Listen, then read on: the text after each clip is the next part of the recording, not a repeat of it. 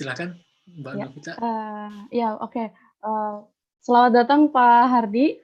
Terima kasih. Terima kasih. Ya, iya Pak. Mohon maaf nih Pak. Tadi saya ada sedikit diskusi sama Pak Firman selagi menunggu Pak Hardi untuk masuk ke dalam ruangan Zoom meeting kami. Suara saya cukup? Cukup Pak. Cukup terdengar Pak. Oke, kita. Ya, mungkin Pak Firman terkait pertanyaan tadi, kita akan lanjut ke sesi berikutnya aja. Bagaimana Pak? Iya, nggak apa-apa. Ya, nggak apa-apa ya Pak ya. Oke, untuk sesi Pak Firman, saya mengucapkan terima kasih atas pemateri dan pemaparan yang disampaikan oleh Pak Firman Hadi, dan juga saya berterima kasih kepada para penonton yang ada di live YouTube saat ini telah menyimak pemaparan materi dari Bapak Firman Hadi. Dan terima kasih juga atas pertanyaan dan partisipasinya kepada webinar kami. Lalu untuk sesi selanjutnya akan dilanjutkan oleh Bapak Hardi Kosalamwardi. Untuk moderator Bapak Hardi, apakah ada di sini? Monitor. Hadir Mbak Novi, terima kasih. Oh ya, oke. Untuk sesi materi dari Bapak Firman Hadi mungkin dicukupkan. Sekarang kita dilanjutkan ke pemateri dari Pak Hardi. Saya kembalikan ke Mas Arif Tabrani. Terima kasih. Baik Bapak Ibu. Saat ini kita sudah masuk ke sesi Pak Hardi. Juga Pak Hardi sudah masuk di ruangan Zoom. Jadi Pak Hardi Kosalamwardi ini pengajar di Geodesi ITB dari tahun 1962 selama 25 tahun. Dan diperbantukan di University Teknologi Malaysia dari tahun 1976 hingga tahun 1979. Dan konsultan dan pengamat geospasial hingga saat ini. Baik Pak Hardi, untuk sesi pemaparannya saya persilahkan untuk share screen. Assalamualaikum warahmatullahi wabarakatuh. Waalaikumsalam warahmatullahi wabarakatuh. Saya bukan ahli, saya bukan ahli, saya nggak pernah sekolah spatial modeling. Karena spatial modeling kan baru muncul tahun, let's say tahun akhir 90-an, awal 90-an gitulah kira-kira. Sedangkan saya 90-an itu sudah pensiun gitu ya. Jadi saya betul-betul belajar sendiri dan belajar bersama-sama yang muda-muda, millennials ya, yang cara berpikirnya bagus sekali. Salah satu ini, Firman ini betul-betul anak muda-muda yang sangat potensial untuk masa depan dari, let's say, saya sebutkan GIS Plus, ya, atau Advanced GIS gitu ya. Modeling, spatial modeling itu sesuatu yang baru buat kita, meskipun ada beberapa ahli kita yang sudah menerapkan spatial modeling ini, tapi masih dalam tahap-tahap penelitian, gitu ya. Case by case gitu ya. Hanya Bappenas yang sudah melakukan secara total dan selama 2,5 tahun mengembangkan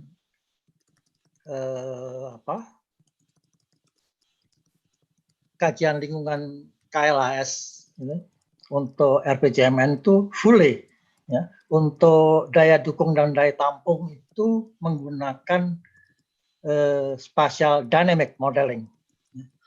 Saya akan mulai, saya bisa share ini, saya share ya, pakai screen saya.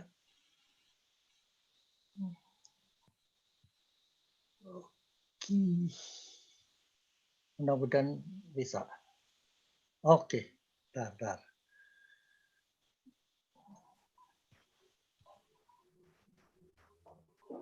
Ya, ini sebagian tadi sudah disampaikan oleh adik atau anak saya sebetulnya itu Firman ya, mengenai spatial modeling yang sudah mulai dikembangkan di Semarang. Saya senang sekali ya.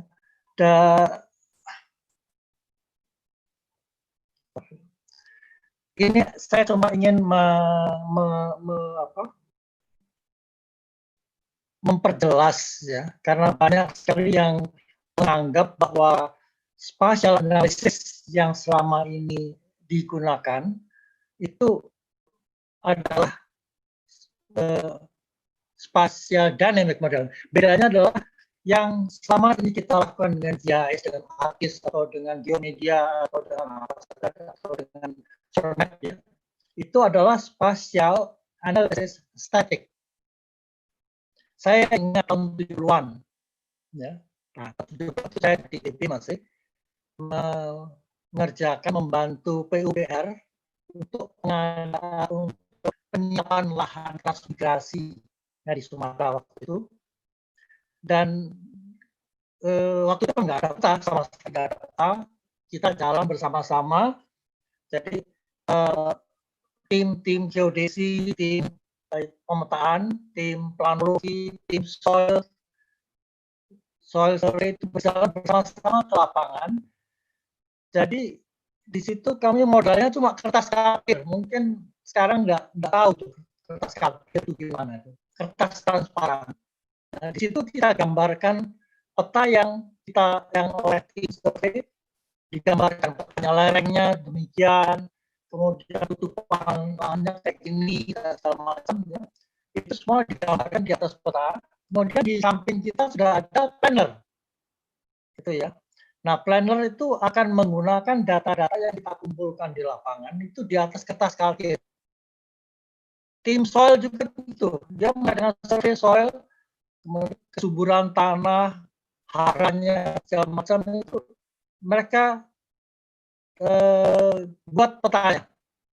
Nah, kemudian setelah beberapa hari kita kumpul di base camp, dan kemudian layer-layer itu dalam bentuk, ya, dulu istilahnya adalah kertas-kertas transparan itu yang lengkap dengan lerengan, kemudian tutupan lahan, kemudian ada juga data langsung kita dapatkan di situ, termasukkan kemudian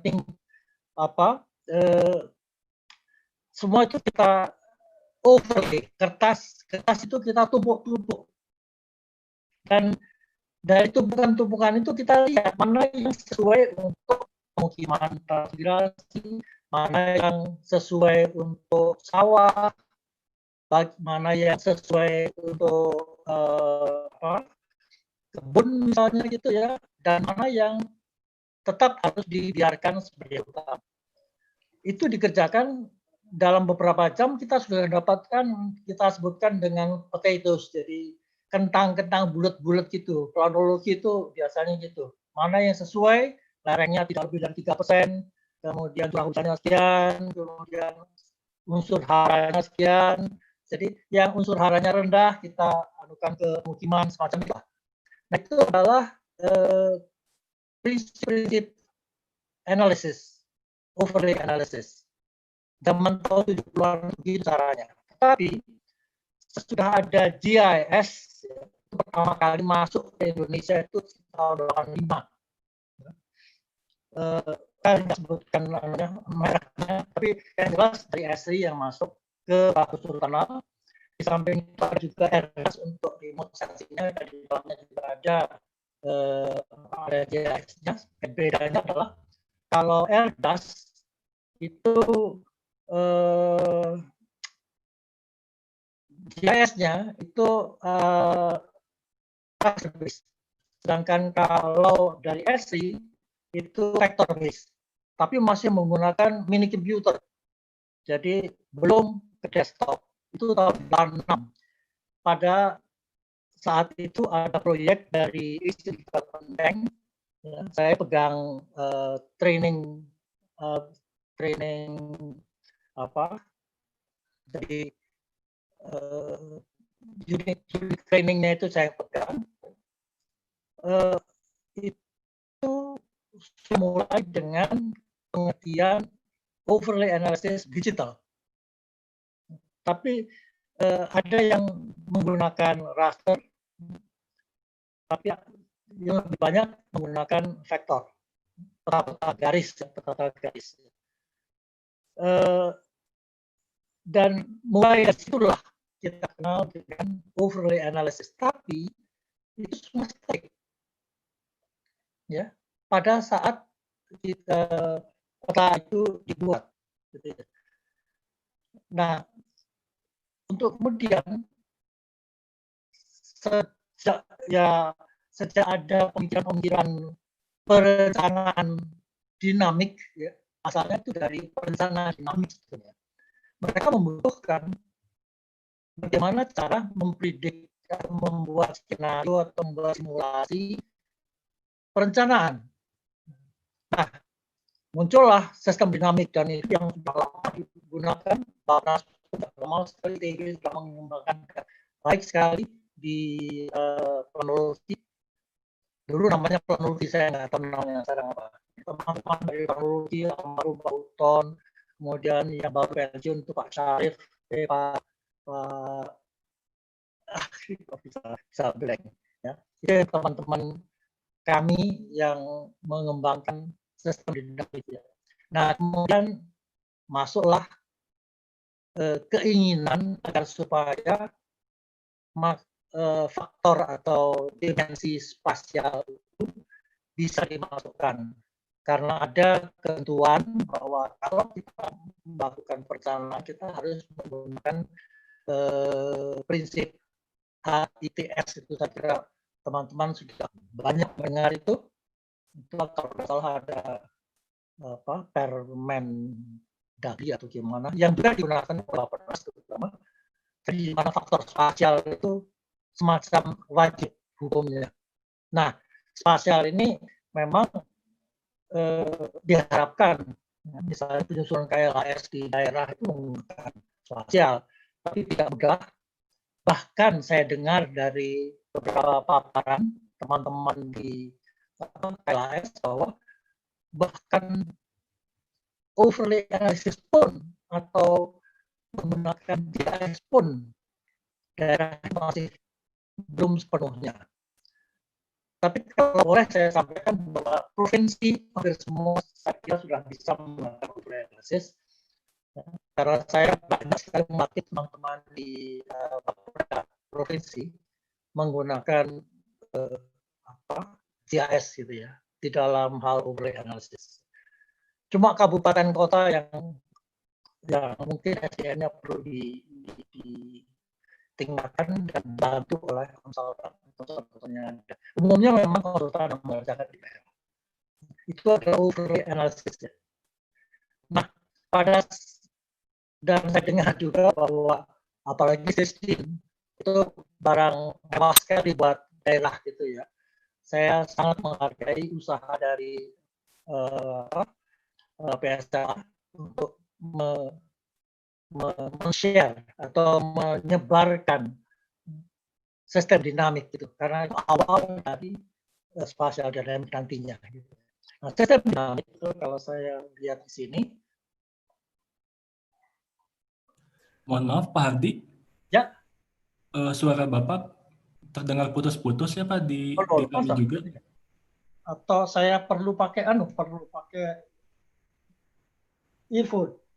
Saya coba ya pakai earphone ya. Boleh Pak, silakan dicoba Pak. Juga untuk presentasinya mungkin bisa dicoba untuk menekan tombol F5 yang ada di. Bagaimana presentasinya? Ya, untuk dicoba menekan tombol F5 yang ada di keyboard Pak, di atas angka 6 biasanya, biar bisa full screen Pak. Oh iya ya. Nah, pengen full screen ya? Ya. Oke. Start. Kalau full screen, saya kira pakai ini aja. Nah, itu juga bisa Pak. Ini ya, oke. Ya, terima kasih Pak sudah. Kalau suara gimana sekarang? Lebih baik nggak? Lebih baik Pak.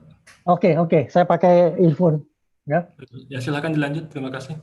Oke. Start. Kalau saya buang ini bisa nggak ya? Oke ya. Jadi kita bicara soal sistem dinamik yang sudah mulai banyak dipakai, cuma sayangnya di daerah masih belum.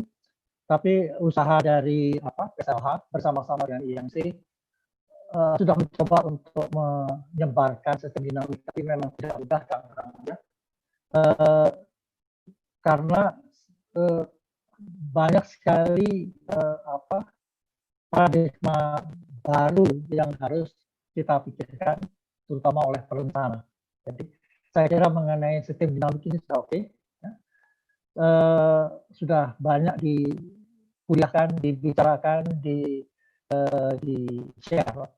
Nah, kita bicara soal pemodelan dinamik spasial. Tadi Mas Firman, Pak Firman saya kira banyak sekali memberikan contoh di dalam bagaimana sistem dinamik itu dicoba di Semarang. Jadi coba saya bahas, menyesuaikan dengan karakteristik model sistem dinamik, maka pengembangan untuk analisis spasial juga harus memiliki cara yang sama, yaitu berupa model operasional. Jadi gini, kita ingin meningkatkan overlay analysis ke yang statik menjadi dinamik, itu yang penting. Ya. Nah, sementara ini memang banyak ada beberapa software atau aplikasi yang dikembangkan. Tapi selama ini setahu saya belum semacam yang dari ST, yang dari atau artis atau geomedia atau supermap itu belum sampai ke situ. Lebih banyak ke hasil-hasil penelitian dari teman-teman di luar sana. Dan untuk diketahui bahwa tim kami yang terdiri dari planners, ada programmer semacam sedang membuat atau sedang menyusun program aplikasi yang lebih simple, dioperasikan sehingga insya Allah bisa diberikan dalam suatu pelatihan. Karena kalau spatial modeling, dynamic modeling ini kita hanya bla ngomong aja tanpa ada praktikum atau ada mencoba sendiri, saya kira nggak akan menarik gitu ya. Jadi kami sementara ini maaf pada PSLH belum mampu untuk bisa menyajikan itu dengan praktikum, karena praktikumnya itu full coding. Ya, kita nggak mungkin praktikum dengan coding gitu ya. Jadi kita sedang mencoba sekarang, memang tidak mudah. Spatial modeling dynamic, tapi dengan menggunakan software atau menggunakan sistem yang lebih sederhana. Yang penting adalah fungsinya tercapai dan pengertian itu bisa ditangkap. Nah, di sini tadi ada yang menanyakan juga bahwa secara otomatis juga sistem dynamic itu mau tidak mau harus menggunakan pixel. Kita operasi dengan raster. Atau kita sebutkan dengan pixel, itu bagian-bagian kecil dari suatu entity di peta atau di muka bumi lah ya. Dan pixel-pixel ini yang mewakili beberapa entity yang ada di permukaan bumi. Pada apa yang selama ini kita lakukan, kita bagi menjadi 13, nanti kita akan tunjukkan. Nah, satu hal yang perlu diperhatikan bahwa kalau kita bicara soal sel, penelitian atau ketepatan analisis kita itu sangat tergantung dari besarnya sel. Kalau selnya itu terlalu besar, ada yang untuk Indonesia itu dia membuat selnya itu 5 km untuk Indonesia. Ya jelas itu sulit sekali dikatakan mewakili gitu ya, mewakili entity yang ada di permukaan bumi. Nah, apa yang kami lakukan adalah misalnya untuk Indonesia selama 2,5 tahun ini kami membantu Bapenas di dalam penyusunan KLAS RPJMN. Kita menggunakan sel 500 meter kali 500 meter, itu saja sudah kita harus mengoperasikan sekitar 50 juta pixel. bagaimana kalau seorang itu harus sel demi sel kita harus kaji apakah sel itu bisa mewakili 13 tutupan lahan, bisa primary forest, bisa secondary forest, bisa kebun, bisa pemukiman. Tidak mungkinlah seorang itu akan mengerjakan itu dengan otak dia. Itu sebabnya di dalam untuk membantu itu semua, begitu kompleksnya operationnya, maka kami mencoba untuk menggunakan PNN, Artificial Neural Network, ini suatu machine learning yang sebetulnya tidak mungkin kita tinggalkan. Zaman sekarang hampir semua menggunakan AI atau yang advance itu PNN untuk berbagai keperluan.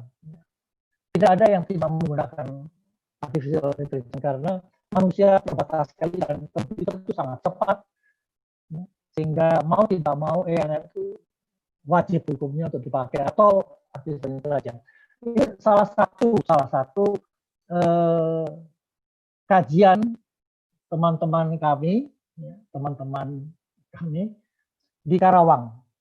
Ya, ini kajian betul-betul kajian singkat sekali, mencakup 10 km ke 10 km di Karawang. Saya tunjukkan. Jadi untuk validasinya menggunakan data 2011 dan 2015, sedangkan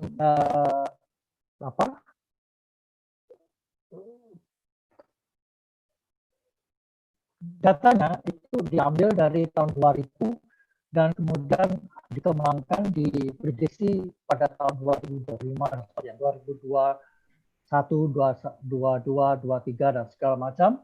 Nah, ini adalah 2011-2015 ini saat di mana sistem ini divalidasi.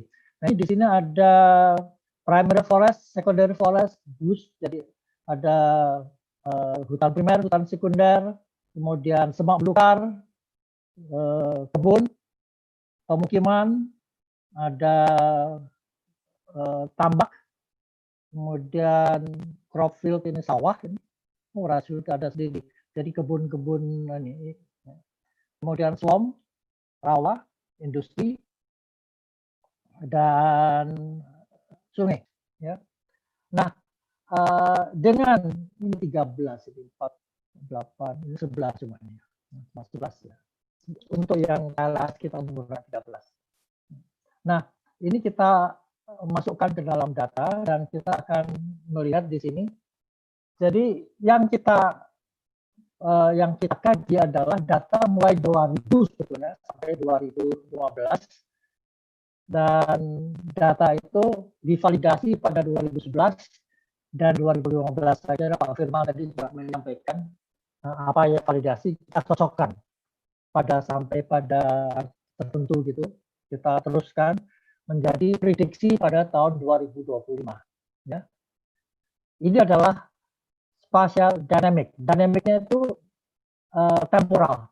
Jadi bisa dia kaji tahun demi tahun, 10 tahun, 10 tahun, atau 5 tahun, 5 tahun gitu ya. Nah, itu yang dilakukan oleh teman-teman. Nah, inilah contohnya ya. Di Karawang di satu segmen ini ya, kita lihat bahwa ini adalah pixel yang mewakili di 11 ya. 11 lahan ya. Ini tepatnya di lokasinya ya. Dan ini adalah berikutnya ya, update-nya ya.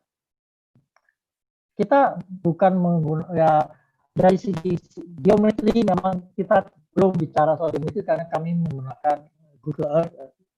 Google itu yang jelas informasinya dapat kita ikuti karena temporal. Kita bisa mengikuti tahun demi tahun gitu ya. Misalnya gini, ini semula. Maaf, Pak Adi. Ya. Suaranya masih terputus-putus, mungkin bisa dicoba Aduh. untuk mematikan video webcamnya ya Pak. Video webcam. Iya, di Bentar Zoom. ya. Baik Pak. Mungkin Ya, kita menekan tombol coba. escape. Escape ya, oke. And then yang ditutup. Yang ditutup di Zoom-nya itu nanti di bagian start video diklik saja Pak. Oh gitu. Ya. Sebentar ya. Ya, start videonya dimatikan saja videonya. Untuk menghemat koneksi jaringan Bapak juga. Koneksi jaringan ya. Ya, betul. Bentar ya. Saya termasuk gaptek nih. Saya nggak ada yang bantu di sini. Bentar ya. Ada di videonya dimatiin. Ya Pak, dimatikan betul Pak. Ditekan. Oke, stop video ya. Ya, sudah. Silakan. Oke, bagaimana sekarang? Sudah hilang. Silakan coba lanjut lagi.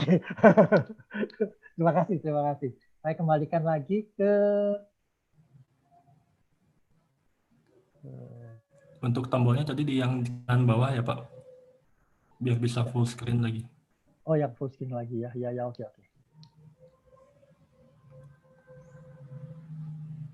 Ya, oke nih. Bagaimana sekarang? Silakan dilanjut, terima kasih. Oke. Nah, ini kita lihat bahwa di sini kita tunjukkan sel-sel yang mewakili citra ini, ya. Ini semula adalah semacam ini, ya. Kita lihat di sini sel-sel ini kalau tidak salah 50 meter kalau salah, 50 meter kalau salah.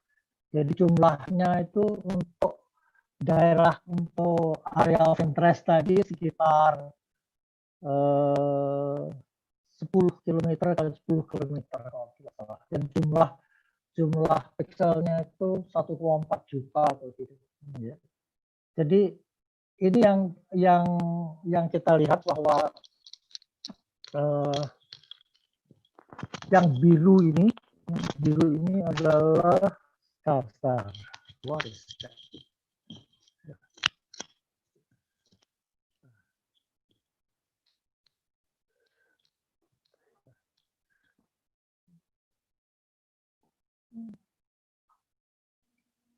Nah, yang berubah di sini kita lihat bahwa ada perubahan di sini.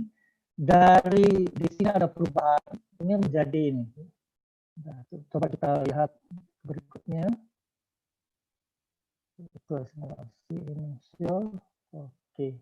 Nah, ini mengenai parameter dari komputasi ya. Jadi ukuran selnya itu 50 meter kali 50 meter ya. Jadi jelas 50 meter nggak bisa mewakili sungai atau jalan, tapi itu diadukan dalam simbol. Ya. Total sel yang dianalisis 1,4 juta sel. Ini untuk area of interest yang dipelajari. Jumlah sel dan ini yang bahwa neighborhood dalam saya tadi sudah disampaikan oleh Pak Firman bahwa sel-sel yang mempengaruhi suatu sel, ya, satu sel yang kita define itu dipengaruhi oleh 196 sel di sekitarnya. Kira-kira diameternya sekitar 8 km gitu kira-kira ya. Itu sebabnya kita menggunakan 50 meter sebagai berasal.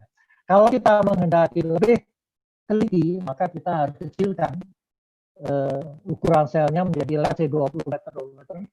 Tapi jumlah total sel yang dianalisis itu akan berlipat ganda. Nah, fungsi lahan 12 jenis ternyata. Nah, kemudian jumlah fungsi lahan pengekspansi. Jadi ekspansinya itu adalah mana yang kita nilai saling mempengaruhi adalah pemukiman, perkebunan, ladang, dan sawah. Karena hutan di situ tidak dominan sehingga kita tidak mempengaruhi. Ya. Nah, dalam sistem yang kita gunakan di situ tadi Pak Firman juga sudah menyampaikan dengan cellular automata, salah satu itu sebetulnya. Tapi yang kami gunakan selama ini adalah cellular automata. Ya. Nah, software yang kita gunakan adalah untuk memberikan masukan kepada CE dengan sendirinya. Ya. Waktu komputasi itu 2,2 jam per iterasi 1 tahun. Jadi tahun demi tahun itu kita iterasi, ya. Mulai dari tahun 2000, 2001, 2002 dan segala macam sampai 2004, 2011 tadi lakukan validasi, kemudian diputar lagi, ya, iterasi lagi sampai 2015 validasi lagi. Untuk itu baru kita melakukan simulasi, tapi tetap kita proses mulai dari tahun 2000 sampai 2000 bahkan sampai 2045. Ya, oke. Nah, ini dari kajian di Karawang itu yang sebetulnya kita gunakan untuk membantu Bappenas di dalam penyusunan KLAS-nya. Jadi simulasi dilakukan untuk seluruh ruang model hanya saja untuk mempermudah serta mempertajam analisis model yang dibatasi sekitar 10 meter di Tenggara Kota Tangerang. Jadi yang penting adalah dalam kajian ini bahwa sistem ini berjalan. Dan jadi hanya dibatasi 10 meter kali 10 meter. Ya. Yang terdeteksi ada perubahan tutupan lahan. Kita mendapati dalam seluruh area tersebut terdapat 2 konversi lahan yang cukup mencolok. Yang pertama ialah alih fungsi lahan perkebunan menjadi area pemukiman. Yang kedua adalah alih fungsi hutan sekunder menjadi area lahan. Memang ada di situ hutan sekunder, terutama di kawasan Aceh Selatan, itu ada yang berubah menjadi ladang. Pendekatan seluler otomata terbukti sangat powerful, sangat kuat untuk memprediksi, ya, sekali lagi memprediksi pola perubahan land use di masa depan. Ya. Nah, sekali lagi land use itu memang turunan dari tutupan lahan.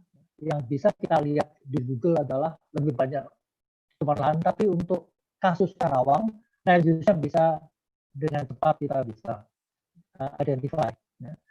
Terlihat bahwa sel-sel yang terkonversi jatuh tepat dan jika pun berbeda maka tidak ada relokasi data sebenarnya. Jadi dari validasi itu seperti Pak Firman tadi sampaikan bahwa validasi menunjukkan apakah sistem yang kita kembangkan itu memenuhi syarat untuk dikembangkan lebih lanjut. Kalau tidak harus dilakukan adjustment di sana sini. Pendekatan seluler otomata ini sangat bergantung pada rules yang diberikan. Jadi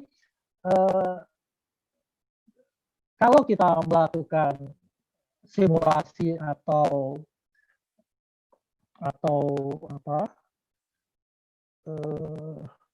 perencanaan ke depan gitu ya, maka kita perlu beberapa rule, bahkan rule-nya untuk Karawang saya kira 44 rule kalau digunakan ya. Jadi semakin tajam analisis dari riset yang diberikan maka semakin baik dan presisi juga hasil semua sudah dapatkan. Jadi komputer itu nggak bisa apa kalau tidak kita berikan. Ya. Seluler otomata itu harus diberi rules yang jelas, yang makin berisi itu makin baik hasilnya. Seluler otomata dapat menjawab definisi dari spasial dinamis, di mana interaksi dinamis dari setiap komponen spasial dapat diimplementasikan oleh seluler otomata secara harfiah. Ini adalah hasil dari kajian Karawang yang kami gunakan untuk membantu Bappenas di dalam menyusun KLAS. Nah, saya kira ini oke. Kalau itu pasti saya kira oke ya. Jadi dalam kajian itu, jadi menghasilkan analisis kesesuaian lahan yang melengkapi analisis dinamis. Ya itu ya tujuan utamanya sebetulnya. Menerapkan berbagai skenario kebijakan yang menganalisis bagaimana mencapai target pembangunan. Nah, ini yang sebetulnya kita gunakan nantinya untuk bantu Bappenas di dalam penyusunan KLAS, khususnya di dalam kajian daya dukung dan daya tampung. Nah, mengembangkan sistem ini juga penting kita sadari bahwa memang spatial dynamic modeling itu bisa kita lakukan tanpa berkolaborasi dengan sistem lain. Tapi dalam kajian kami bahwa terutama untuk keperluan KLS, maka mau tidak mau spasial dynamic harus kerjasama dengan sistem dinamik. Itu yang pernah saya sampaikan beberapa waktu yang lalu. Nah, ini analisis perencanaan berkelanjutan berhubung kepada perubahan penggunaan lahan atau tutupan lahan. Dan saya katakan di sini saya tambahkan atau tutupan lahan. Ya. Pada kawasan-kawasan yang lebih luas, sulit sekali kita untuk menentukan penggunaan lahan, land use. Yang kita gunakan biasanya umumnya adalah tutupan lahan untuk kawasan yang lebih luas. Kecuali kalau kota. Kalau kota, perkotaan, di pinggiran kota, di rural areanya, itu land use sementara masih bisa kita lakukan. Kecuali misalnya kalau pelabuhan, airport, gitu ya, atau itu tadi perkotaan, itu kita bisa lihat land use-nya. Nah, tapi kalau pada umumnya, kalau kita menggunakan citra, ya, apakah citra foto udara atau citra satelit, kita selalu bicara mengenai tutupan lahan, apa yang terlihat pada citra.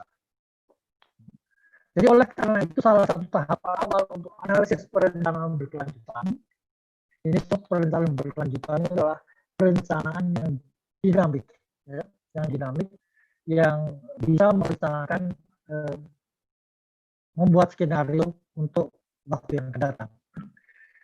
Memodel perubahan tutupan sampai dengan skala pulau. Nah, di sini yang kita gunakan sebagai eco region adalah pulau. Pulau Sumatera sama Jawa tidak mungkin kita perlakukan sama. Kalimantan dengan Sulawesi atau dengan Sumatera beda lagi. Masing-masing punya spesifikasi, spesifik requirement-nya di dalam menggerakkan apa atau menjalankan sistem ini, gitu ya. Sehingga kita putuskan agar kalau satu pulau mungkin masih bisa di dalam skala makro, ya. Tapi kalau sudah sampai mikro, maka kita tidak bisa lagi menggunakan mengeneralisasi semua. Oke, jadi apapun penjelasan mendetail dalam analisis ini adalah proses. Jadi yang penting di dalam spasial dynamic ini kita banyak mengatakan juga dengan temporal. Jadi analisis temporal, jadi tidak hanya spasial tapi temporal juga. Jadi ada faktor T. Suatu saat nanti saya yakin bahwa Bapak bukan hanya hits yang akan disarankan atau dihimbau kepada daerah, tapi juga hits ada temporal, di belakangnya ada temporalnya. Ya. Jadi holistik, integratif, gitu. Kemudian tematik itu sudah biasa kita lakukan, spasial itu baru kita lakukan, kemudian di belakangnya nantinya, ya, pada future adalah temporal, dynamic. Perencanaan selama ini baru perencanaan statik, tapi yang akan datang seharusnya masuk ke perencanaan dinamik. Nah, ini adalah bagaimana rules atau rules itu aturan-aturan yang kita berikan pada sistem. Ya. Apa yang harus kita, misalnya di sini kita lihat bahwa ini semula hutan, ya. Hijau ini hutan semula, ya. Ini secondary forest. Ya. Kemudian yang kuning, yang apa nih? Yang pink ini agriculture. Jadi ambillah kebun, ya, kebun atau agriculture lah, sawah bisa apa ya. Kemudian yang ketiga ini adalah kalau rainforest ini jauh nih. Ya. Jadi, nah di sini kita lihat bahwa dari secondary forest itu dia berubah menjadi pemukiman kuning, ya. Ini dua sel ini berubah menjadi dua ini. Ya. Kemudian agriculture ini mungkin kebun sawah apa ya, itu berubah di sini menjadi ada dua sel yang berubah menjadi pemukiman. Nah, disinilah kita lihat rule ini yang kita berikan kepada CE, kepada sistem. Nah, ini adalah yang kami lakukan bersama-sama dengan tim dari Bappenas untuk bagaimana kita menggunakan spatial dynamic gitu ya, dan mau tidak mau harus bersama-sama dengan sistem dinamik. Ya. Bisa saja spatial dynamic sendiri, tapi faktor-faktor ekonomi, faktor-faktor makro mengenai hutan, di hutan pergerakan semua lebih mudah dianalisa pada sistem dinamik. Ya. Nah, di sini kita lihat bahwa dalam spatial dynamic ini kita sangat concern dengan bagaimana sebetulnya daya tampung, daya dukung tutupan lahan, terutama daya dukung untuk sumber daya alam termasuk air, dan juga daya tampung mengenai emisi, mengenai kualitas air, polusi dan sebagainya. Dan di sini kita lihat ya, ada waktu itu yang menanyakan trade off itu tukar guling, itu bukan tukar guling sebetulnya. Karena beberapa faktor yang harus kita perhitungkan di dalam analisis atau semacam tadi Pak Firman mengatakan ada driving factor, ada hal yang harus di pembatas sebagai pembatas itu, maka daya dukung itu akan menurun. Ya. Kalau kita tahun demi tahun itu akan menurun, daya tampungnya juga akan menurun, dan terpaksa kita harus melakukan sesuatu untuk trade off-nya. Sebagai gantinya kita harus melakukan intervensi kebijakan. Kalau air, bikin bendungan.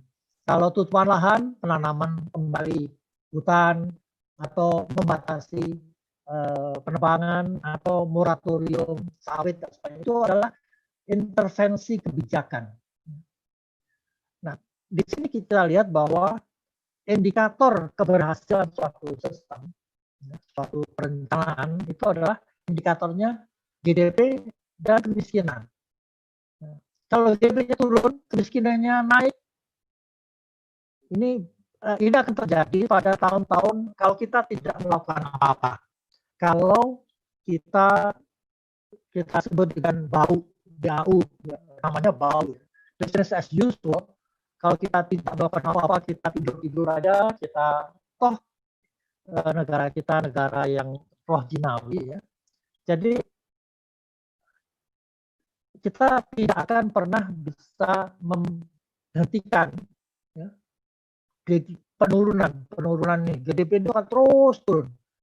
Tapi dengan indikator ini kita bisa melakukan intervensi based on tadi daya dukung, daya tampung, dan juga dari data-data kemiskinan, data penurunan GDP, kita akan melakukan intervensi kebijakan. Jadi intervensi kebijakan ini dilakukan based on kajian-kajian daya dukung, daya tampung, dan juga indikator-indikator yang ada dalam GDP. Dan ini semua dapat dihasilkan atau kajiannya dihasilkan dari sistem dinamik.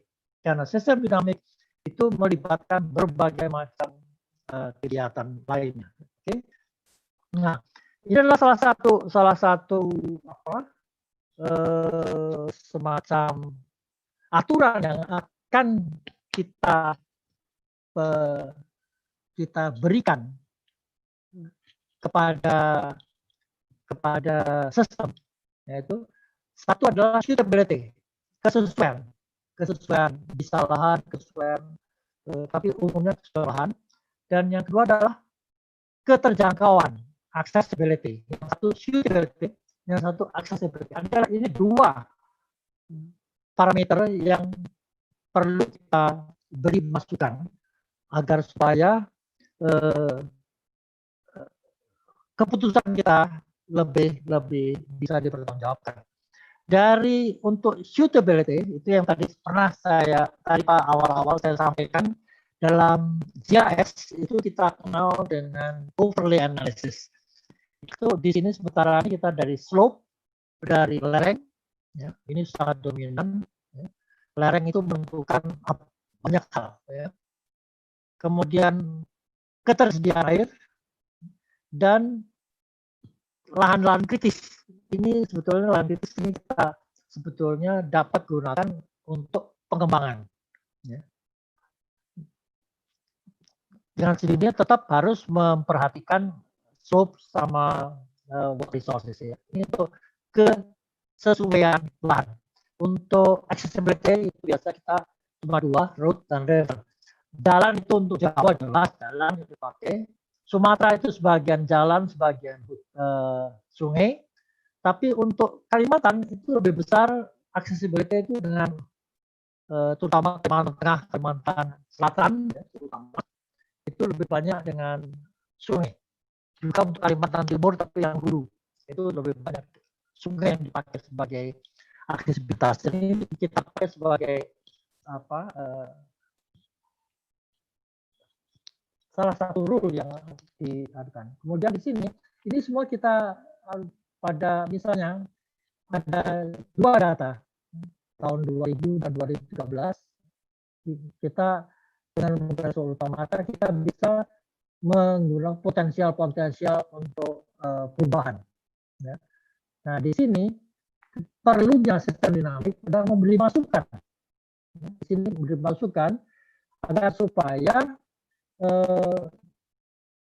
land cover yang ada itu dapat kita update, kita beri predik atau sebagainya. Nanti akan kita tunjukkan lebih lanjut. Ya. Nah,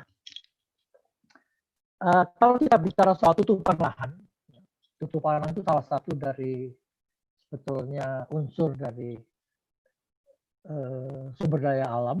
Salah satu kriteria utama dari suatu analisis spasial dinamis adalah interaksi antar unit spasial satu dengan unit spasial lainnya. Hal inilah yang menjadikan sistem spasial ini dikatakan dinamis. Solar Automata merupakan salah satu ya, metodologi yang biasa digunakan untuk menganalisis dinamika spasial untuk perubahan tutupan lahan ataupun alih fungsi lahan. Ini yang banyak dibicarakan pada akhir-akhir ini adalah alih fungsi lahan. Secara praktis, Solar Automata digunakan untuk menganalisis pengaruh sel-sel tetangga terhadap diri sendiri. Dalam spasial dinamis hal ini menjadi sangat penting dikarenakan interaksi sel satu dengan sel-sel lain yang diperhitungkan. Ini dikatakan Pak Firman tadi bahwa kita menggunakan sel demi sel, pixel demi pixel.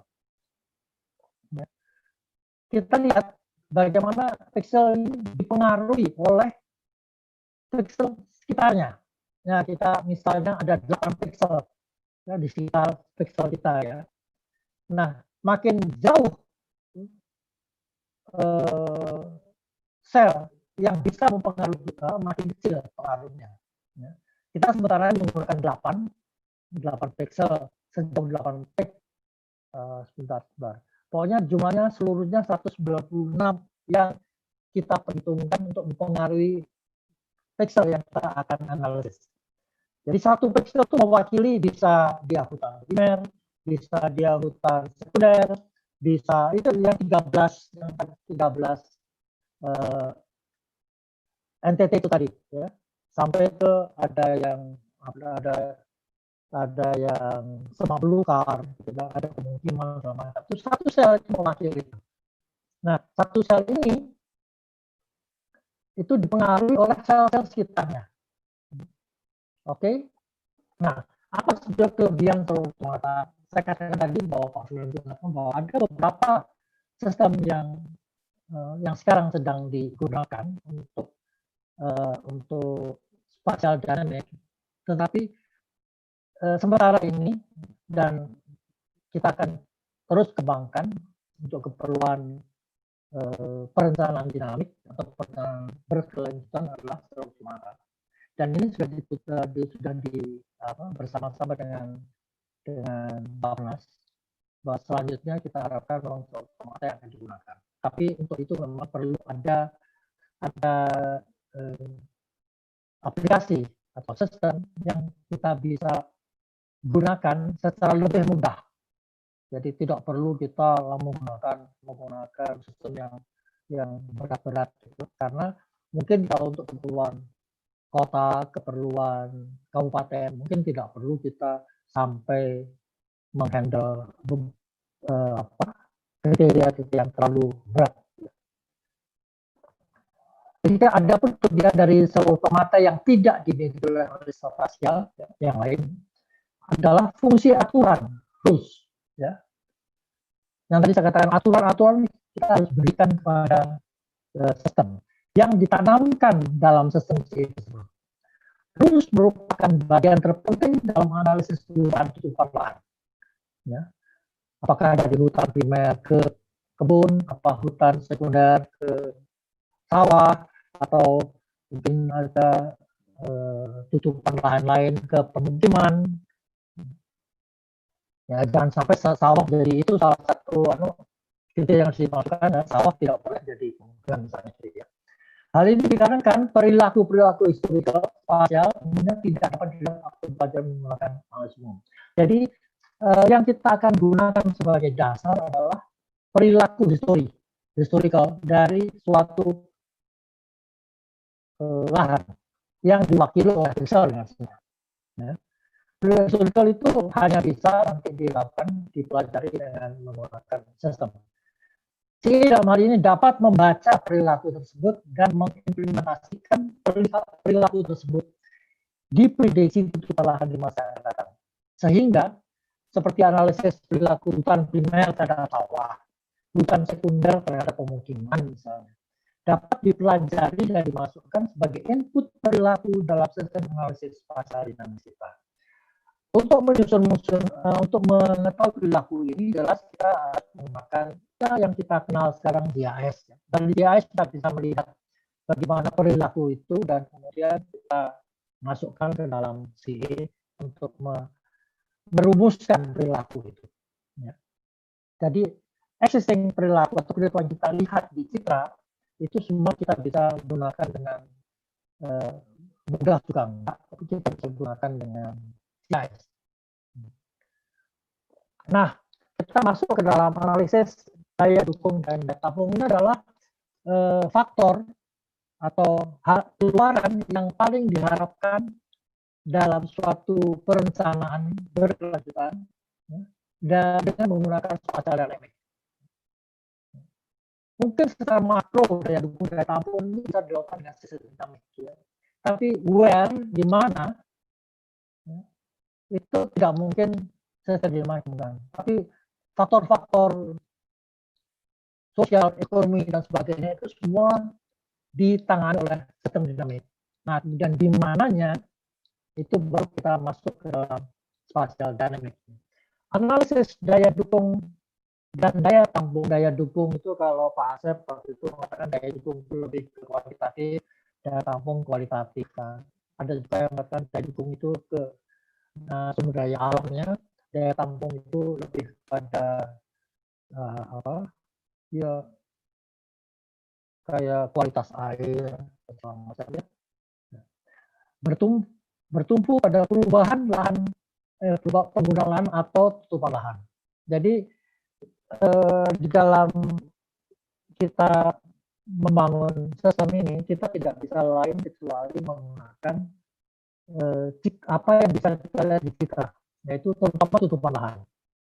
Ada beberapa yang kita bisa menutup lahan, tapi umumnya kita menggunakan tutupan lahan sebagai sarana untuk bisa analisis. Oleh karena itu salah satu tahapan awal untuk analisis daya dukung dan daya tampung adalah memodelkan perubahan keturunan sampai dengan skala pulau. Nah, di sini saya bisa katakan bahwa pulau kita pakai sebagai ecoregion untuk, karena kita anggap sementara ini kita anggap bahwa perilaku dari tutupan lahan di masing-masing pulau itu punya karakteristik sendiri. Terdapat dua penggerak dalam model simulasi tutupan, yaitu dorongan dari kebutuhan sosial ekonomi yang dimodelkan dengan sistem dinamik. Jadi dorongan dari kebutuhan sosial ekonomi yang dimodelkan dengan sistem dinamik, serta kemampuan alih fungsi lahan dengan model selular berbasis multikriteria spasial. Jadi dua sistem ini mau tidak mau untuk selanjutnya sebaiknya kita gunakan bersama, ya. saling menunjang. Ya. Untuk faktor-faktor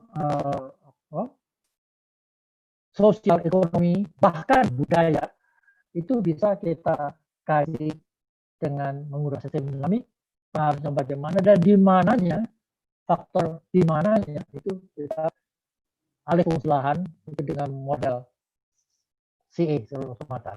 Ya. Nah, berbasis multikriteria spasial yang tadi saya tunjukkan mengenai beberapa hal, tutupan lahan, misalnya ada air itu semua merupakan kriteria yang harus dipenuhi untuk agar kita bisa melihat bagaimana kelakuan dari sel-sel yang mewakili 13 entitas tadi. Nah, di sini di dalam kita menggunakan pasal 16 Undang-Undang 32 nomor tahun 2009 tentang perlindungan dan pengelolaan lingkungan hidup. Muatan analisis pengaruh terhadap aspek yaitu satu, kapasitas daya dukung dan daya tampung lingkungan hidup untuk bangunan. Mau tidak mau, daya dukung daya tampung itu harus dipakai sebagai penentu dalam perencanaan. Kedua, perkiraan mengenai dampak dan risiko lingkungan hidup. Ini yang kita kenal dengan KRH mungkin. Dan kinerja layanan yang saya tidak terlalu menguasai ini, tapi dua ini sebetulnya mau tidak mau harus kita gunakan untuk perencanaan yang dinamis atau perencanaan yang berlanjutan. Oke, ini tadi yang tiga kriteria tadi ya.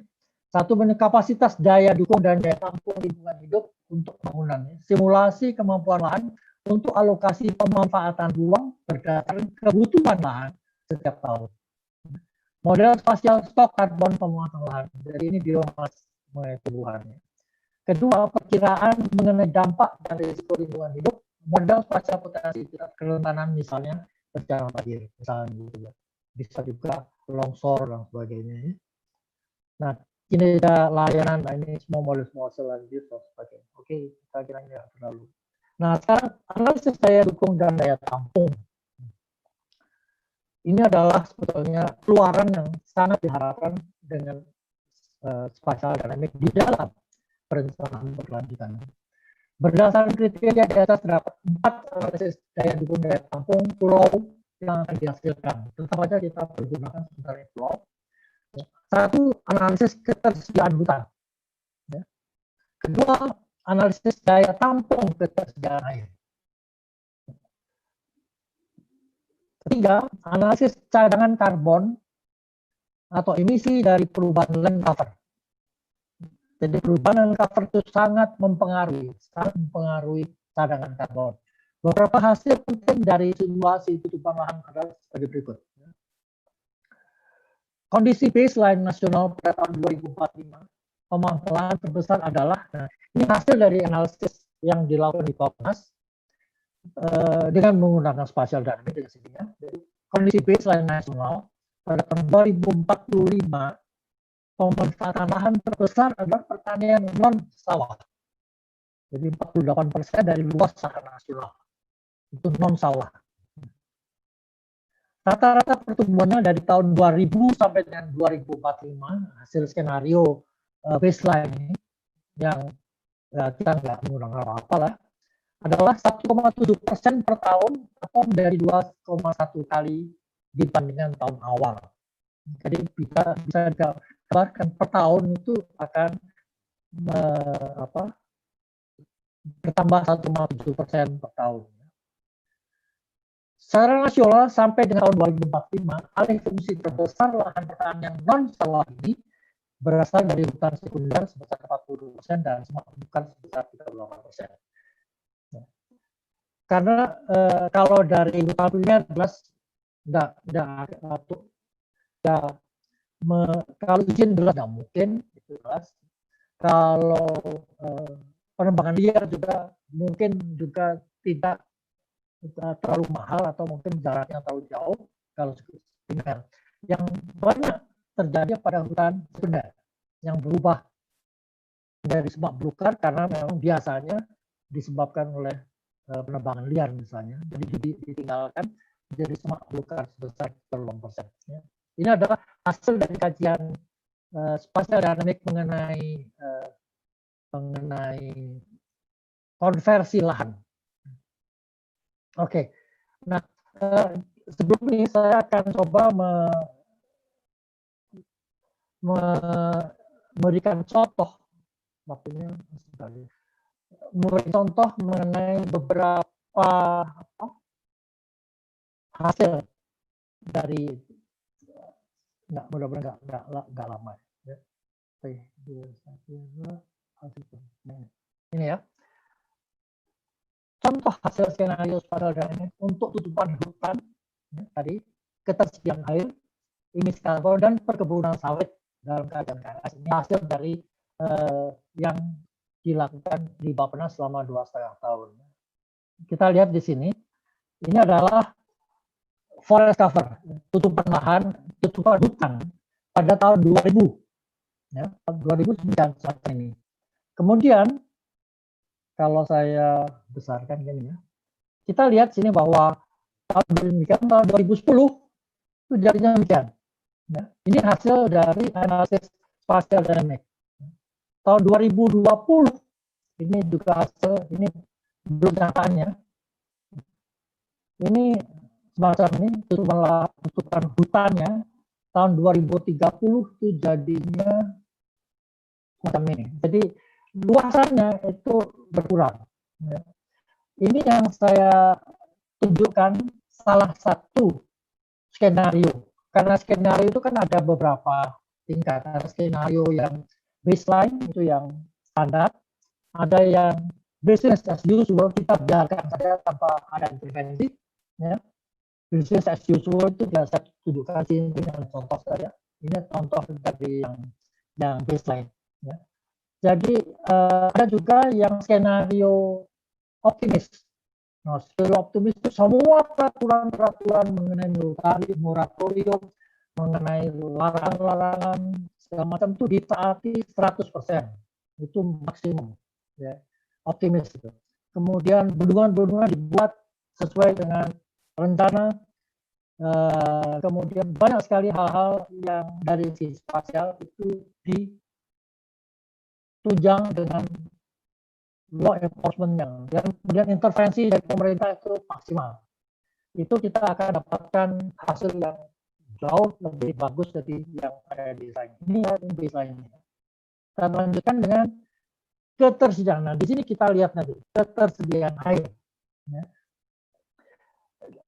Dari mana kita mengkaji ketersediaan air ini? Itu berawal dari masukan atau kajian dari sistem dinamik untuk nasional. Agregat nasional itu oleh sistem dinamik disebutkan bahwa untuk Indonesia ya, seluruh Indonesia itu ketersediaan air aman. Tapi begitu kita masukkan ke spasial dynamic, dapat kita lihat ya, karena kita kaitkan dengan tutupan lahan, maka kita lihat bahwa Jawa itu pada tahun 2000 itu sudah mulai ada pengaruh kekeringan, sampai ke yang merah itu sudah kritis sekali. Ya. Jawa Barat Selatan itu masih bisa pertahankan airnya, tapi sebagian Jawa Barat, Jawa Tengah, terutama itu Jawa Timur sudah. Bali pun juga sudah pengaruhnya. Sulawesi itu Sulawesi Selatan yang kena. Jadi itu 2000. Coba kita lihat 2010. Nah, kita lihat bahwa Jawa Timur itu tiba-tiba jadi merah. Ya. Nah, ini semua kita validasi dengan real, dengan data yang ada dengan aslinya. Dan tadi Pak Firman mengatakan bahwa validasi akan menunjukkan apakah itu berhasil atau enggak. Ya. Tahun 2020 ini belum kita validasi, tapi kita bisa lihat tahun 2020 itu memang keadaannya meningkat. Kalau kita baca di media, itu kita lihat bahwa Jawa Timur itu sama Madura itu sudah kritis gitu. Jawa Tengah itu daerah Pati, Jepara, kemudian Gunung Kidul, segala macam itu sudah. Jakarta sudah kritis air. Bali Lombok juga sudah kritis. Dan kalau kita lihat tahun 30, berubah ya. Oke, tahun 30 itu kita lihat ya. Tahun 30 tadi. Oke ya. Nah, kita lihat di sini bahwa tahun 30 itu sudah kritis. 45, tahun 45 kita perkirakan memang lebih parah lagi. Oke, sekarang emisi karbon.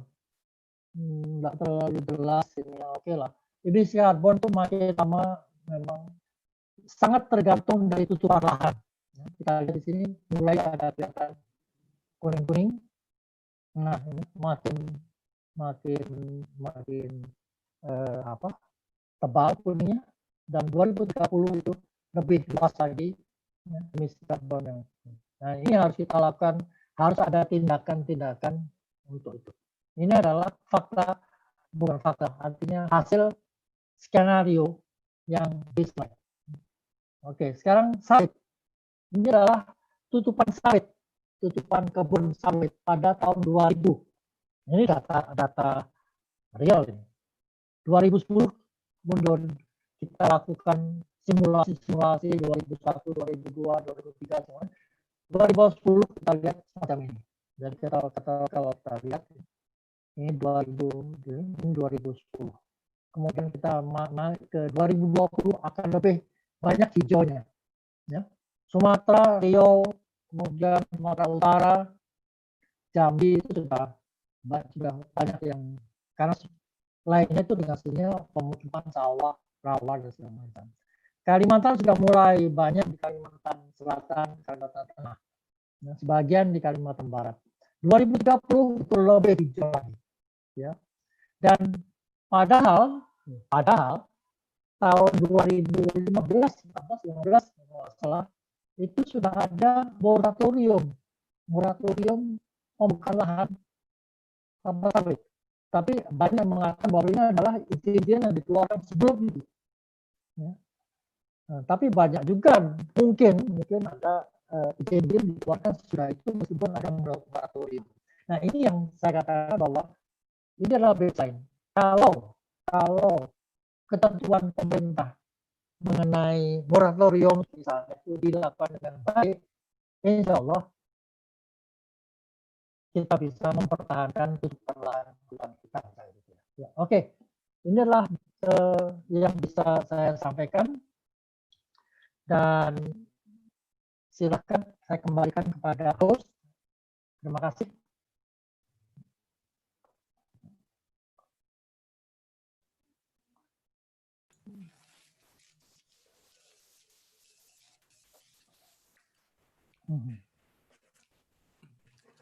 Terima kasih Pak Hadi atas paparannya.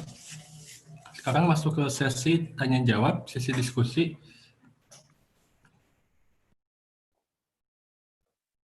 Nah, saya masih belum bisa kembali.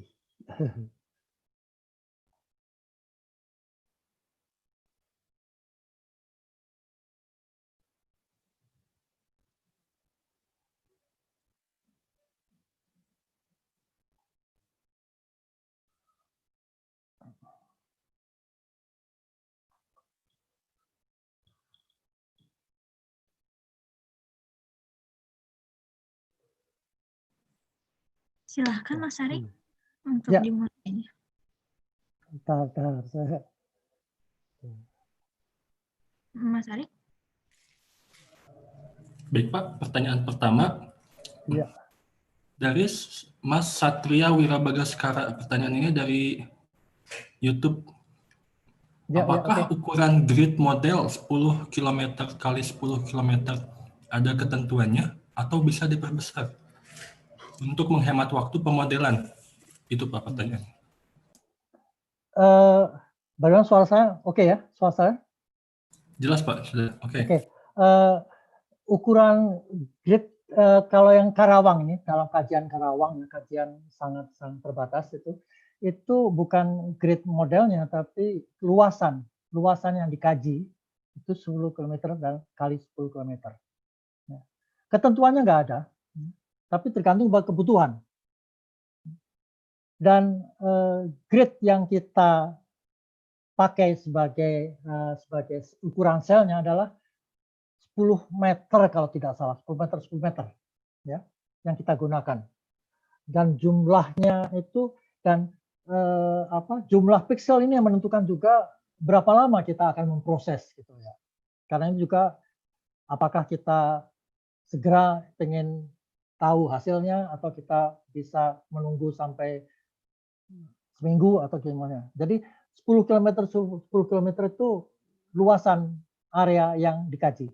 Jadi area of interest-nya. Ya.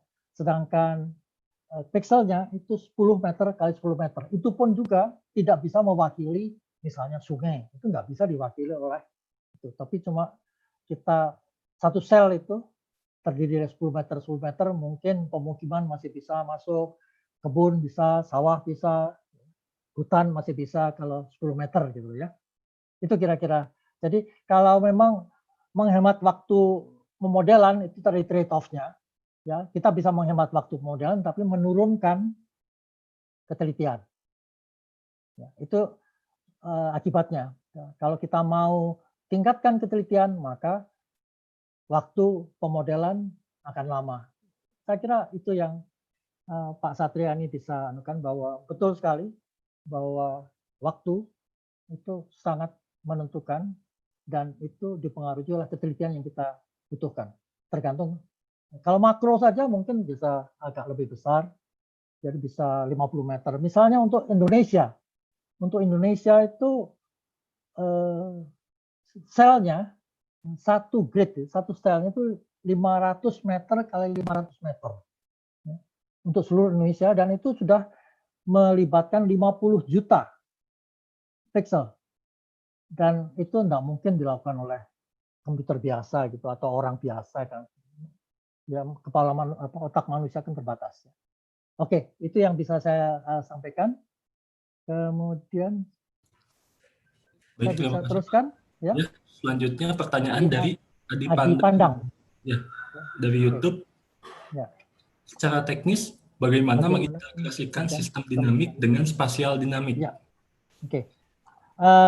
Secara teknis itu bisa saya katakan bahwa bukan teknisnya yang diintegrasikan, tapi sistemnya yang jadi sistem spatial dynamic itu akan sangat besar hasilnya sangat optimal kalau diberi masukan oleh hasil dari kajian sistem dinamik.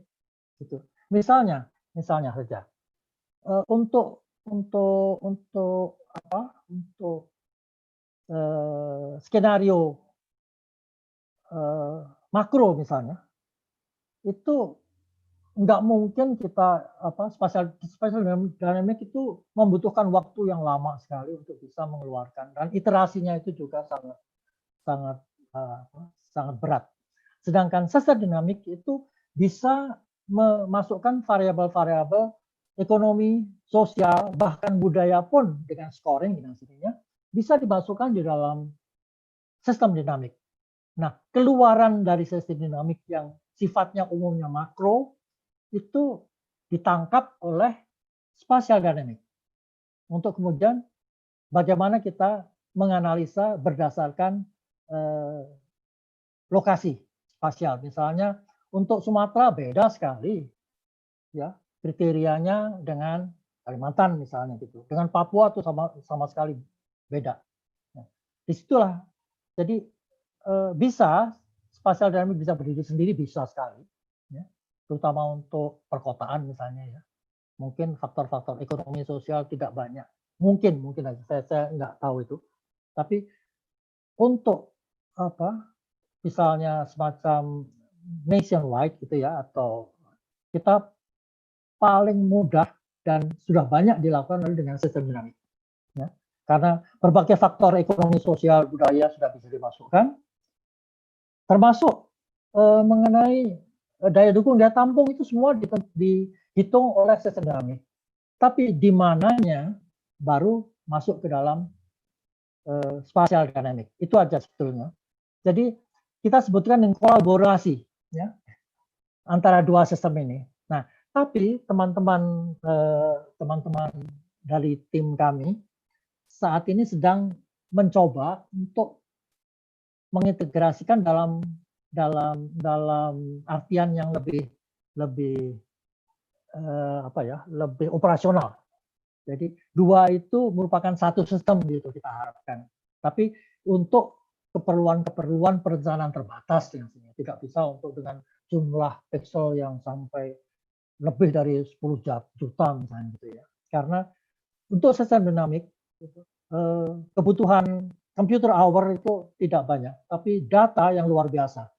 Memasukkan data untuk sistem dinamik itu luar biasa. Saya bisa melihat teman-teman itu, ya, data-data dalam Excel dalam macam itu, waduh besarnya luar biasa. Dan kemampuan untuk melakukan analisis juga luar biasa besarnya. Sedangkan spatial dynamic itu kita batasi pada kriteria yang diperlukan dan itu sangat rigid. Itu sudah tidak bisa ditawar-tawar lagi gitu ya. Oke, itu kira-kira mudah-mudahan Pak Yudhoyono bisa puas dengan jawaban ini. Tapi tetap integrasi itu diperlukan, cuma tidak di dalam integrasi dua sistem itu ya. Lebih banyak ke sistem dinamik melemparkan kayak volley lah, main volley. Dia yang memberikan umpan kepada spasial dinamik dan spasial dinamik yang mencari di mananya ya. Dan bagaimana pengaruh dari di mananya itu. Ya, itulah kira-kira. Baik, terima kasih Pak Hadi. Selanjutnya ada pertanyaan dari Agus Santoso Budiharso Ya, via YouTube. Jadi, model spasial dinamik untuk skala detail dengan ukuran pixel 1x1 meter, apakah tidak memakan ruang memori dan storage yang besar, Pak? Seperti itu. Betul sekali, Pak Agus, bahwa saya kira kalau untuk perkotaan mungkin masih bisa lah, tapi bukan 1 meter lah, gitu ya. Kalau untuk perkotaan bisa, tapi gini, dengan 10 meter saja, pixel 10 meter aja, itu waktu sekarang mungkin waktu yang akan datang mungkin lebih cepat ya. Tapi pada saat kajian itu dilakukan saya kira 3-4 tahun yang lalu, itu memakan waktu 2 jam kalau misalnya per iterasi per 1 tahun, gitu ya. Nah kalau 1 meter berarti kan 100 kali, gitu ya. Jadi 1/100 dari pixel yang digunakan di Karawang itu. Oh, itu luar biasa itu. Dari saya kira dan apakah perlu 1 meter gitulah yang jadi masalah. Masalah sih kan itu. Jadi kita melakukan modeling itu berdasarkan kebutuhan. Misalnya apakah pemukiman itu bisa diwakili oleh dengan pixel 10 meter misalnya. Jalan itu bisa enggak diwakili dengan 10 meter misalnya gitu ya. Kalau masih bisa, kenapa kita harus menggunakan yang lebih kecil itu spasialnya, pixelnya? Itu aja pertimbangannya dia. Jadi storage itu penting. Tapi begini lah ya, makin lama memang kemampuan komputasi lebih besar. Tetap ada apakah efisien kita menggunakan pixel yang terlalu kecil, itu aja lah.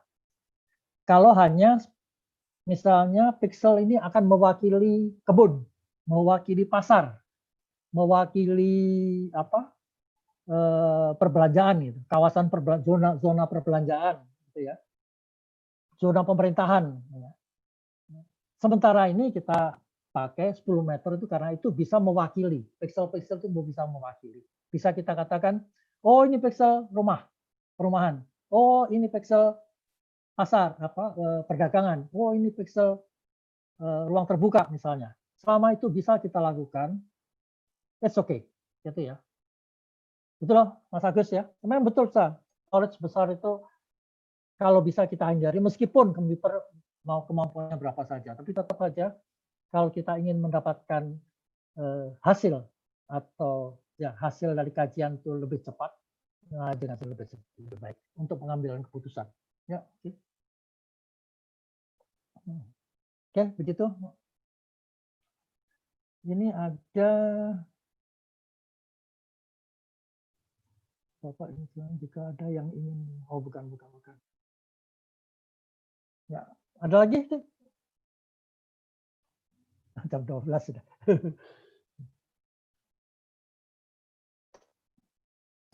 Ada Pak, sebentar. Ya, oke.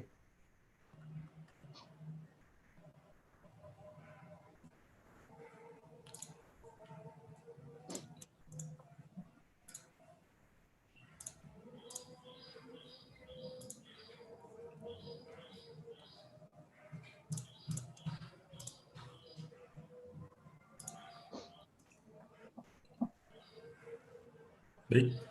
Pertanyaan selanjutnya, pertanyaan dari Pak Nur Salam Jayalangkara via YouTube kepada Pak Hardi. Apakah plugin QGIS Mollusc C sudah cukup memadai digunakan untuk pemodelan spasial?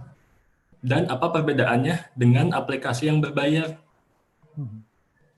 Oke, ini mungkin pertanyaan untuk Pak Firman ini. Pak Firman tadi yang membicarakan masalah QGIS Mollusc itu. Atau bisa kita lempar ke Pak Firman? Atau saya nggak bisa jawab ini karena saya nggak mengenal ini, itu ya, QGIS Mollusc itu.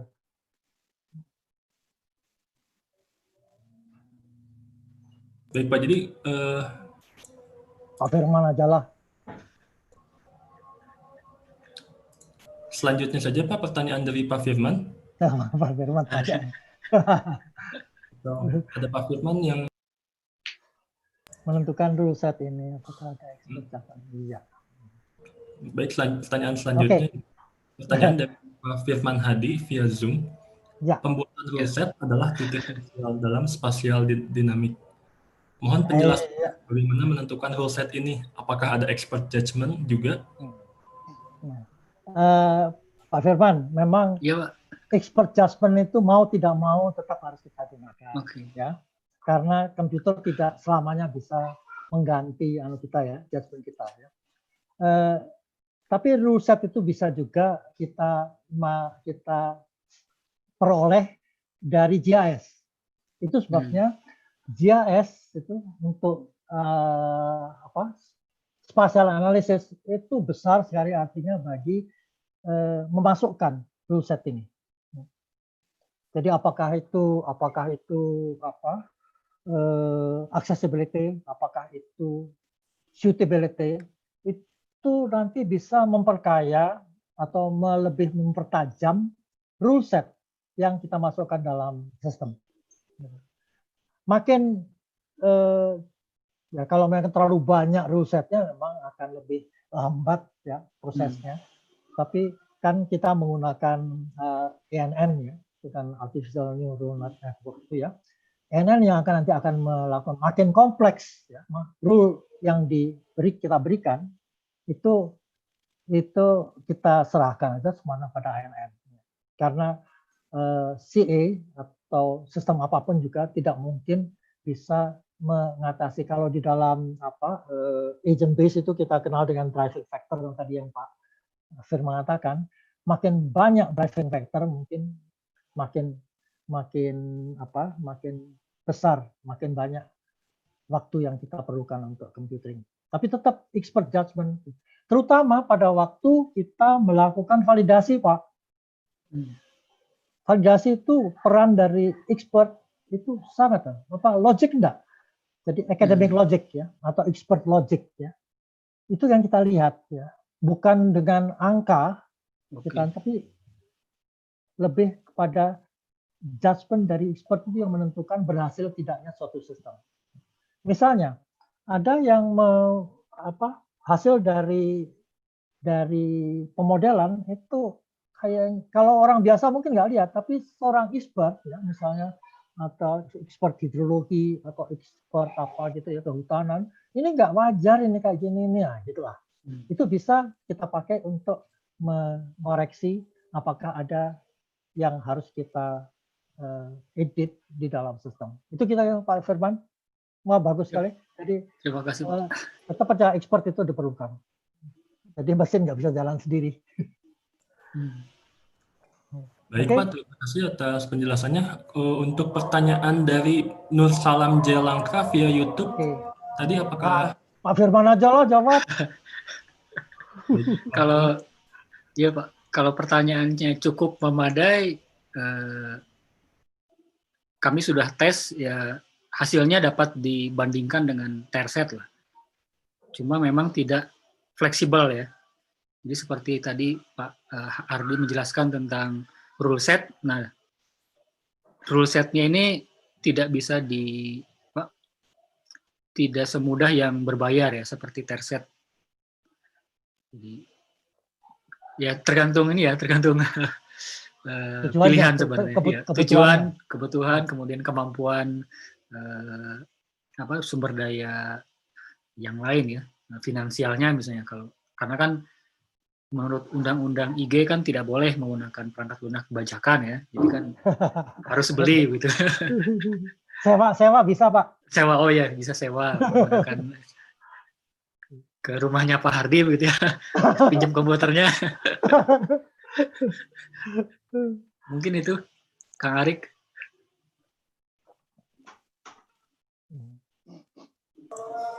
Baik, terima kasih atas penjelasannya Pak Firman dan Pak Hardi. Sama-sama. Ya, terima kasih banyak Pak atas kehadirannya.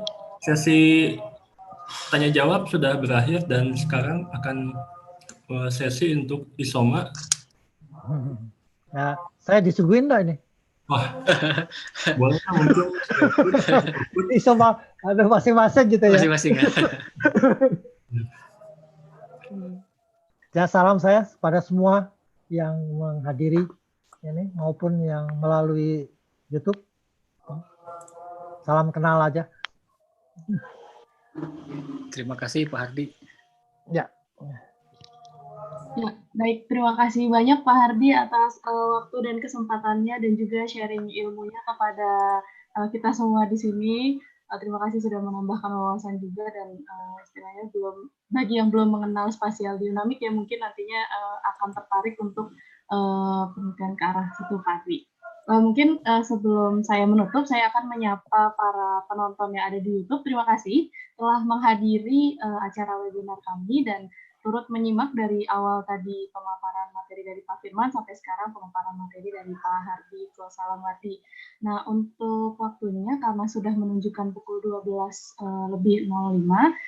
kita akan menjalankan isoma atau istirahat sebelum melanjutkan ke sesi pelatihan selanjutnya. Sebelumnya saya ingin mengucapkan terima kasih yang sebesar-besarnya kembali kepada Pak Hardi. Ya. Ya, terima kasih Pak Hardi. Ya. Mungkin Pak Hardi sebelum menutup nih, Bapak ada kata penutup atau kata pengantar untuk para peserta pelatihan ini? Penutup, sorry Pak. Ya, saya kira kesempatan untuk belajar ini besar sekali artinya, meskipun daring. Dan kesempatan ini harus kalian pergunakan yang sebaik-baiknya. Catat semua dan pelajari semua apa yang diberikan kepada apa yang disebut bukan guru, bukan dosen. Jadi pada narasumber. Lakukanlah kalau ada praktek segala macam, lakukan dengan sebaik mungkin dan karena ini masalah daring itu sangat tergantung dari disiplin pribadi. Ya. Ikutilah dengan tekun, sebagaimana kalian menekuni di dalam kelas. Itu aja yang bisa saya sampaikan karena ilmu yang kalian dapati itu besar sekali artinya untuk masa depan kalian.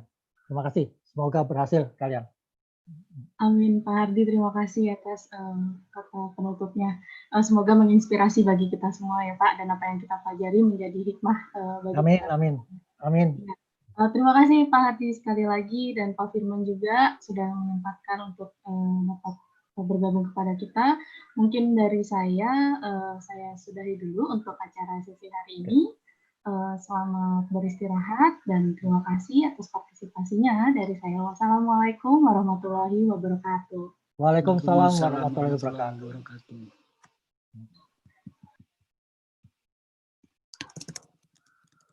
Pak Firman, kontak-kontak ya. Ya Pak, siap Pak. Yuk,